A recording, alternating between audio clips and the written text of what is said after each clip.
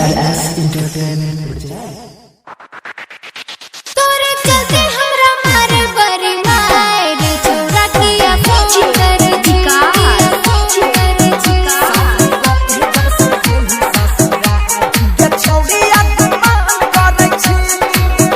तोरे चलते हमरा मारे बरी मार छोरा किया फोन कर किया फोन कर तनका जरा सके हमारा उतार छोरा किया फोन कर किया फोन कर छोरा रे छोरा ने सदा शादी के जब से दिल्ली ससुराल गे छौरिया गुमान करे छी अच्छियो गमे के पुराना गाइया कथी ले अपमान करे छी छौरी के ना भुलैया हे गे DJ Shri digital audio recording studio Vikas गे छौरिया गुमान करे छी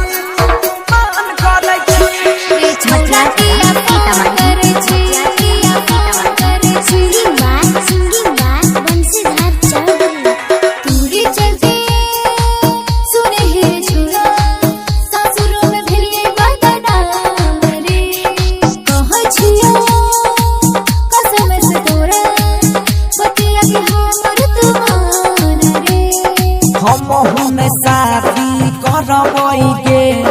तनहा कुमारे में मरबई गे तोरा चक्कर में छिए बर्बाद गे बर्बाद शादी के जब से दिल्ली ससुराल गे छौरिया गुमान करे छी तोरे चलते हमरा मारे बरी मार छोरा किया फोन कर किया फोन कर singing by Mamta Mahi DJ Shri digital audio recording studio Bihar छौरिया गुमान करे छी रे छोरा किया फोन कर किया फोन कर तनका जरा सके हमारा उतार छोरा किया फोन कर किया फोन कर भिले हमर शादी रे छोरा हमरा से नाता अब तोड़ देही रिहो तो है जब तक आई अब हुन पीछा हमर छोड़ देही